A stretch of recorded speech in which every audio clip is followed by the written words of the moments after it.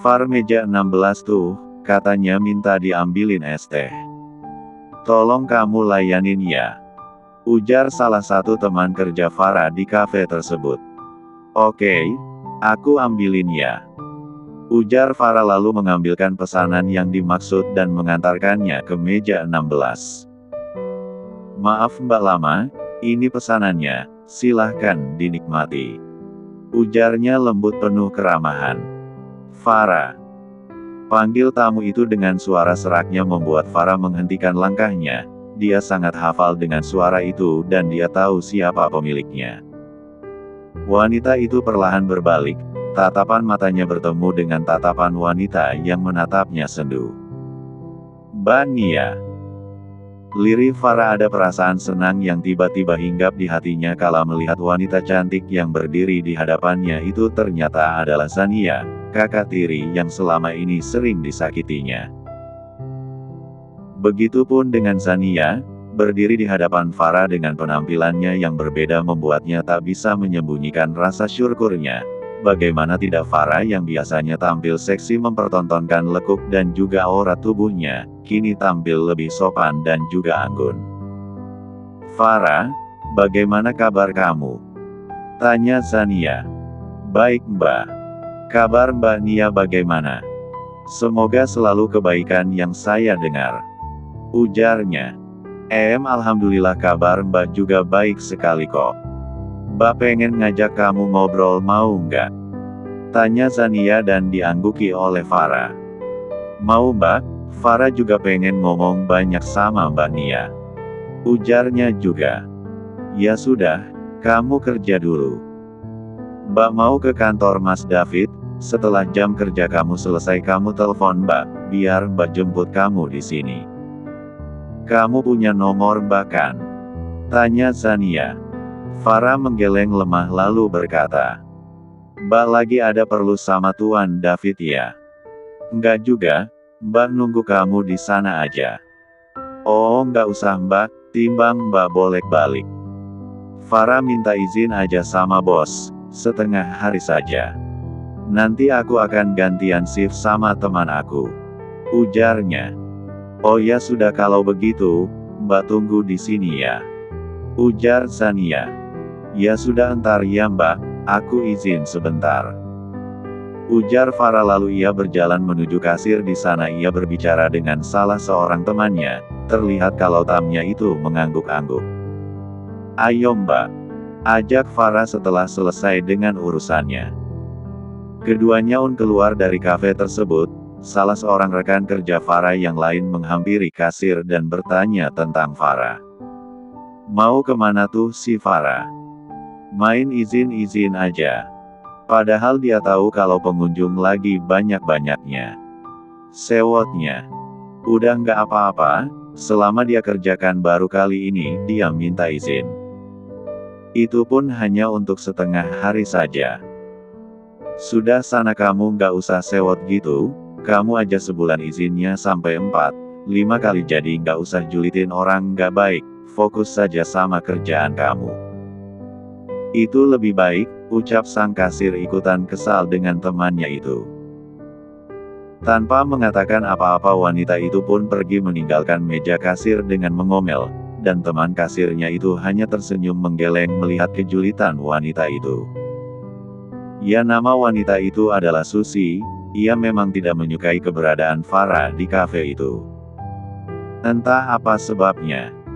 Tapi Farah tidak pernah menganggap Susi sebagai musuh hanya wanita itu saja yang suka cari gara-gara padanya. Kini Farah dan Zania tengah duduk di sebuah bangku taman yang ada di taman kota, di bawah teduhnya pohon besar. Lama keduanya terdiam hingga Farah mulai membuka suara. Mbak maafkan Farah atas semua kesalahan yang telah Farah lakukan sama Mbak Nia selama ini. Ujar Farah dengan suara beratnya. Tapi dia sama sekali tidak berani mengangkat wajahnya untuk menatap Zania karena begitu banyaknya kesalahan yang telah dia lakukan pada wanita sebaik Zania. Farah lihat Mbak, pinta Zania agar Farah mengangkat wajahnya dan menatapnya. Dengan ragu Farah mengangkat wajahnya dan memandang Zania yang kini tengah tersenyum cerah padanya. Senyum yang sering Farah lihat dulu saat mereka masih tinggal bersama. Dia juga tahu seberapa baik kakak tirinya itu pada dirinya, meski dia dan ibunya sudah berulang kali menyakiti Zania. "Farah, Mbak boleh peluk kamu?" tanya Zania. Entah kenapa sebelum bertemu dengan Farah ada begitu banyak kata yang ingin dia katakan pada wanita itu. Tapi setelah bertemu dengannya dan melihat penampilan Farah saat ini, kata-kata yang telah ia susun rapi seakan menguap entah kemana. Yang tertinggal hanya satu kalimat yang diucapkan itu. Farah mengangguk, dengan segera ia menghambur ke pelukan Zania dan menangis terseduh-seduh di sana. Ia meluapkan segala penyesalannya karena telah banyak menyakiti perasaan wanita sebaik Zania. Lihat saja kini, dia berpikir kalau wanita itu akan memakinya habis-habisan atau akan mengejek dan menertawakan nasib yang dialaminya sekarang, tapi ternyata wanita itu hanya ingin memeluk dirinya. "Maafkan Farah Mbak, maaf." Farah benar-benar menyesal. Siang itu, ruang kantor PT Maju Bersama yang biasanya tenang tiba-tiba berubah menjadi kacau. Suara langkah kaki dan derap sepatu beberapa aparat kepolisian yang masuk ke dalam kantor membuat suasana yang tadinya senyap menjadi tegang. Para karyawan yang sedang sibuk dengan pekerjaan mereka mendadak berhenti dan saling berpandangan antara satu dan yang lainnya. Rasa penasaran dan kekhawatiran terpancar jelas dari wajah mereka semua, takut jika terjadi sesuatu pada perusahaan mereka. "Ada apa ini? Kenapa banyak polisi?" bisik salah satu karyawan kepada rekan di sebelahnya. "Aku juga tidak tahu apa yang sebenarnya terjadi. Apa mereka ingin menangkap seseorang?" "Tapi siapa?" jawab karyawan lainnya. Bagaimana nanti kalau terjadi apa-apa dengan perusahaan ini? Bagaimana dengan nasib kita? Ini saja gaji kita udah 2 bulan nggak cair-cair juga. Setiap kali ditanyakan ke bagian HRD selalu saja, kita disuruh sabar karena perusahaan sedang lagi tidak baik-baik saja. Sahut yang lainnya. "Jadi bagaimana dong, kalau andai kata perusahaan ini bangkrut? Kemana kita akan mencari pekerjaan? Secara cari kerja itu sekarang susahnya itu minta ampun deh. Apalagi cari yang benar-benar cocok sama basic kita." Pembicaraan-pembicaraan para karyawan itu menjadi desas-desus yang kini mulai menyebar di kantor itu, hingga menimbulkan berbagai kecemasan yang melanda semua karyawan. Meski ada dari petinggi perusahaan juga yang meminta mereka untuk tenang, tapi hal itu sama sekali tidak berhasil. Yang ada desas-desus kebangkrutan perusahaan itu semakin kian menyebar. Di ruang kerja pribadi Gama, CEO perusahaan, pria itu sedang terlibat dalam adegan panas dengan sekretarisnya, Siska. Mereka berdua tampak asyik dengan aktivitas panas mereka yang membuat mereka lupa dengan keadaan sekitar. Tiba-tiba, pintu ruangan tersebut dibuka dengan keras. Seorang aparat kepolisian dengan rompi bertuliskan, "Polisi," memasuki ruangan, diikuti oleh beberapa rekannya. Gama dan Siska langsung terkejut, dengan segera mereka menghentikan aktivitas mereka. Gama cepat-cepat merapikan penampilannya, begitupun dengan Siska. Wanita itu berlari ke arah kamar mandi dengan pakaian yang acak-acakan. Dia menutup wajahnya dengan tas miliknya karena malu. Mereka kedapatan sedang melakukan mesum di kantor pada jam kerja. "Ada apa ini? Kenapa Anda memasuki ruangan saya dengan tidak sopan seperti ini?" hardik Gama tak terima dengan kelakuan para aparat itu. "Gama Yudhistira, Anda kami tangkap atas dugaan penggelapan dana perusahaan dan penipuan investasi," ujar aparat tersebut dengan tegas. Wajah Gama memucat, matanya melebar tak percaya. Dia mencoba berbicara. "Tunggu, ini pasti salah paham.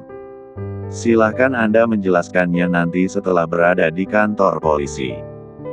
Kami harap Anda bisa bekerja sama dengan baik. Jika tidak terpaksa kami akan membawa Anda secara paksa. Ujar salah satu aparat itu, sambil terus mencekal tangan Gama kuat. Tapi saya tidak salah, Anda pasti salah orang. Saya tidak melakukan kesalahan apapun, tunggu biarkan saya menghubungi pengacara saya. Ucap pria itu lagi. Kami akan mengizinkan Anda untuk menghubungi pengacara Anda tapi setelah Anda ikut kami ke kantor terlebih dahulu. Jawab aparat itu lagi. Baik tapi jangan pegang saya. Saya tidak akan kemana-mana, ujarnya santai tapi para aparat itu terlalu waspada hingga mereka tidak dengan begitu saja percaya pada perkataan pria itu dan tidak memberi kesempatan Gama untuk menjelaskan apapun.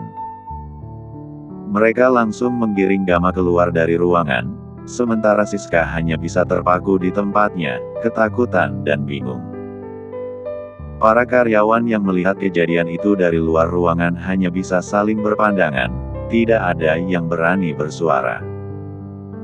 Atmosfer ketidakpastian dan kecemasan menyelimuti seluruh ruangan kantor PT Maju Bersama, sementara Gama dibawa pergi untuk diinterogasi lebih lanjut. Malik mengambil napas dalam kemudian menghembuskannya pelan, matanya menatap lembut ke arah Farah yang kini tengah duduk di sofa apartemen yang dia pinjamkan. Suasana sore itu terasa begitu hangat dengan sinar matahari yang menerobos masuk melalui jendela besar. Farah, maafkan atas perkataan ibuku beberapa hari yang lalu, maafkan aku juga yang tidak bisa menemuimu langsung saat itu untuk menyampaikan ini. Karena ada beberapa hal yang harus aku urus. Ujar Malik merasa bersalah karena tidak bisa langsung menemui Farah, sebab panggilan dari atasannya. Tidak apa mas, itu sama sekali tidak aku masukin di hati kok. Mereka yang tahu siapa dan bagaimana aku dulu, pasti akan melakukan hal yang sama seperti apa yang ibu Mas Malik katakan. Tapi itu sama sekali tidak berpengaruh lagi padaku, saat ini aku sama sekali tidak peduli lagi dengan pandangan orang bagaimana ke aku, yang penting saat ini hubungan aku dan Mbak Nia sudah mulai membaik. Mau tahu?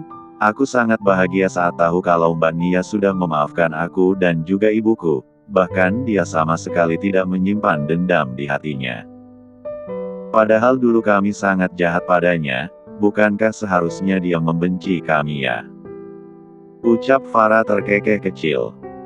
Setiap manusia punya kesempatan untuk berubah menjadi lebih baik, dan kamu sudah menunjukkan hal itu.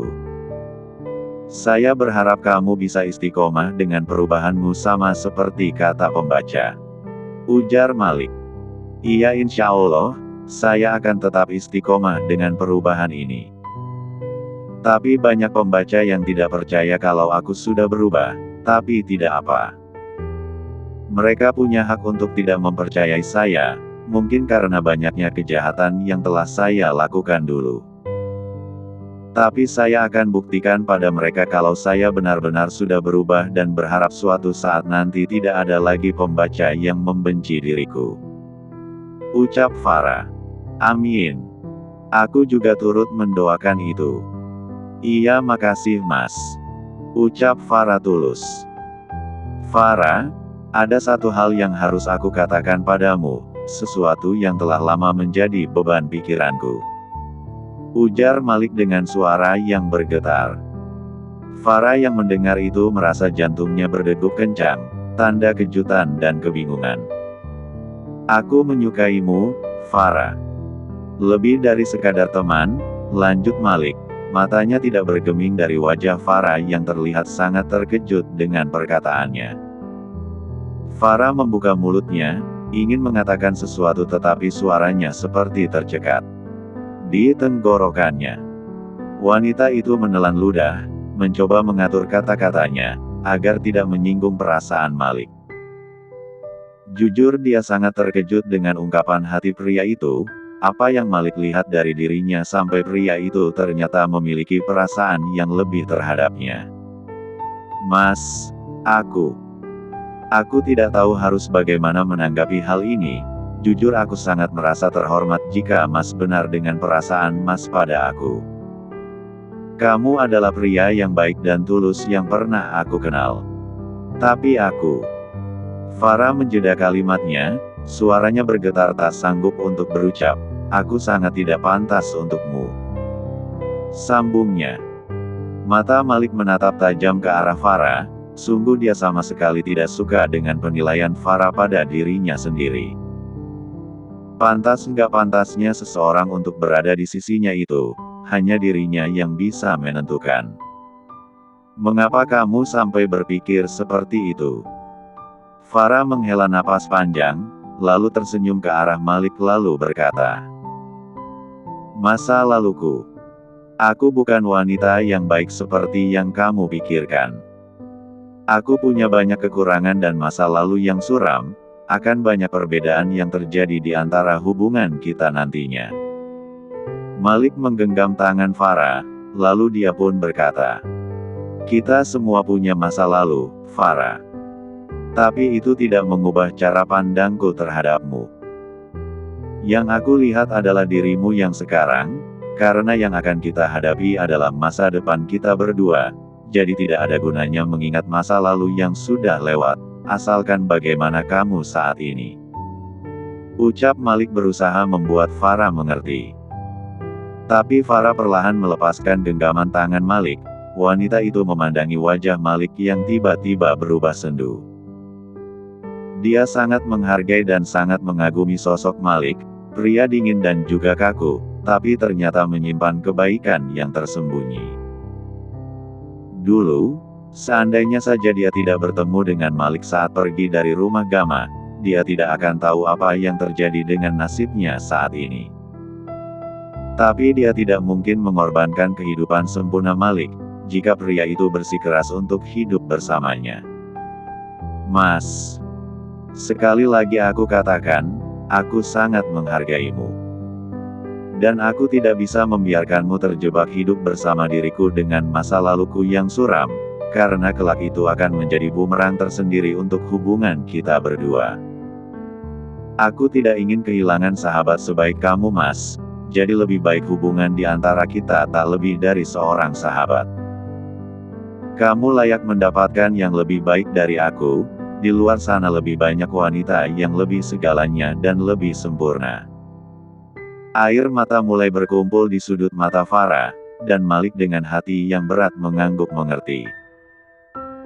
Dia tidak ingin memaksa perasaan wanita itu, karena yang terpenting baginya adalah kebahagiaan Farah, meski itu berarti dia harus melepaskannya. Farah berdiri di depan gerbang sebuah mansion mewah yang berdiri di kompleks perumahan mewah. Wanita itu dengan langkah ragu memasuki mansion mewah Sania dan David, hatinya berdebar-debar. Terasa ada beban besar di pundaknya ketika hendak melangkahkan kakinya untuk masuk lebih jauh. Wanita itu disambut oleh salah satu pelayan wanita dengan ramah. Farah menyapanya dengan memberikan salam lalu dengan sopan pula wanita pelayan itu meminta Farah untuk mengikutinya, karena Sania telah menunggunya di dalam. "Terima kasih Mbak," ucap Farah ketika dirinya sudah berada di ruang tengah. "Sama-sama Bu, kalau begitu saya kembali ke dapur dulu," ujar wanita pelayan itu. Dan dibalas anggukan oleh Farah. "Ayo duduk sini, Farah, jangan terlalu canggung seperti itu. Kamu sudah berjanji untuk bersikap seperti biasa kepadaku kan?" ucap Sania dengan senyum hangat, mencoba meredakan ketegangan yang tampak jelas di wajah Farah. "Iya Mbak Nia," ucapnya berusaha untuk sesantai mungkin, tapi meski demikian tetap saja Farah masih merasa sungkan. Farah menarik napas dalam-dalam sebelum duduk, mencoba menyembunyikan kegelisahannya. Sania yang awalnya duduk di seberangnya, kini berdiri kemudian berpindah tempat duduk di samping Farah. Sorot matanya dipenuhi kepedulian. "Kamu tidak perlu merasa canggung, Farah. Apa yang sedang kau pikirkan? Anggap saja ini rumahmu sendiri," ujar Sania sambil menggenggam erat tangan Farah. "Entahlah Mbak, saya hanya merasa sedikit tidak enak." Kenapa memangnya? Tidak akan ada yang memakanmu di sini. Canda Zania. Oh iya Fa, ada satu hal yang ingin aku tanyakan kepadamu. Tapi mungkin ini agak sedikit pribadi, kamu nggak apa-apa kan kalau Mbak nanya? Nggak apa-apa Mbak, tanyakan saja, emangnya apa yang ingin Mbak tanyakan? Tanya Farah. Apa Malik melamarmu? Tanya Zania langsung. Dari mana Mbak tahu? Aku belum menceritakannya kepada Mbak kan? Kamu nggak perlu tahu dari mana Mbak bisa dapat info ini, tapi juga kalau mau nunggu kabar dari kamu pasti kamu nggak akan pernah ceritakan sama Mbak. Tebak Zania. Farah terdiam. Ia tak mampu mengucapkan kata-kata, dia juga berpikir tidak penting dari mana Zania tahu, karena pasti orang-orang David ada di mana-mana. Mungkin saja info itu didapatkan Zania dari orang-orang kepercayaan David, suaminya. Iya Mbak, benar. Tapi, kamu menolaknya. Potong Zania. Farah memalingkan wajah menatap Zania yang berada di sampingnya, kemudian mengangguk membenarkan. Kenapa? Tanya Zania. Karena aku tidak pantas untuknya Mbak, Mbak tahu bagaimana kehidupanku dulu. Masih banyak wanita di luar sana yang jauh lebih baik dariku. Dan jauh lebih bermartabat, aku bukan wanita yang cocok untuknya Mbak. Jawab Farah seadanya. Kamu tahu mengapa aku mengundangmu ke sini? Tanya Zania. Farah menggeleng tanda ia tak tahu. Malik meminta Mbak untuk berbicara kepadamu. Tambah Zania. Farah tertegun, sampai sebegitu usahanya pria itu untuk membuatnya menerima perasaan pria itu. Seharusnya Malik tidak melakukan hal itu, karena biar bagaimanapun Zania adalah istri atasannya, dan seharusnya Malik enggan untuk meminta bantuan dari istri tuan mudanya, apalagi dia tahu kalau Zania adalah kakaknya. Iya. Apa yang Mbak katakan yang benar, Malik meminta Mbak untuk berbicara kepadamu. Untuk apa Mbak? Apa untuk membujukku agar mau menerima cintanya? Tidak Mbak, itu percuma saja, aku akan tetap pada keputusanku. Aku tidak bisa menerimanya. Alasannya? Alasannya sudah jelas Mbak, aku dan dia itu berbeda. Dia pria terhormat sedangkan aku hanya wanita. Tidak ada satu manusia pun di dunia ini yang berhak menilai kita hanya dari kehidupan masa lalu kita. Farah, semua orang memiliki masa lalu, baik itu buruk ataupun sebaliknya. Tapi tidak semua orang bisa belajar dengan masa lalu mereka, bahkan ada yang terlena, terjebak dengan masa lalu mereka sendiri sehingga tidak pernah berpikir untuk berubah. Tapi kamu berbeda sayang, kamu mau belajar dari kesalahan masa lalumu. Kamu sudah bertobat dengan itu semua, untuk apa memikirkan perkataan orang lain? Kamu berhak menentukan kebahagiaanmu sendiri asal jalan yang kau pilih itu bukanlah jalan yang salah Farah. Ujar Zania memberikan nasihatnya. Farah menggeleng. Lalu berkata, aku tetap tidak bisa Mbak. Jawab Farah lirih. Masih terngiang jelas di ingatan wanita itu, bagaimana Ibu Malik menghinanya di hadapan umum. Mengatakan kalau dia bukanlah wanita baik-baik, bahkan dengan lantang membuka aibnya di hadapan orang banyak. Di pertemuan pertama mereka saja, Ibu Malik memperlakukannya seperti itu, dan memolok-olok kesalahannya di masa lalu. Wanita itu begitu membencinya, jadi dia tidak mungkin bisa hidup dan tinggal serumah dengan dirinya orang yang membenci dirinya. Farah tidak ingin lagi hidup seperti itu, dia ingin cinta, perhatian dan juga kasih sayang dari orang-orang terdekatnya, tapi Farah berpikir dia tidak akan pernah bisa mendapatkan itu jika menikah dengan Malik. Bukan karena beranggapan kalau Malik bukanlah pria yang baik, tapi lebih kepada hubungannya dengan orang-orang terdekat pria itu.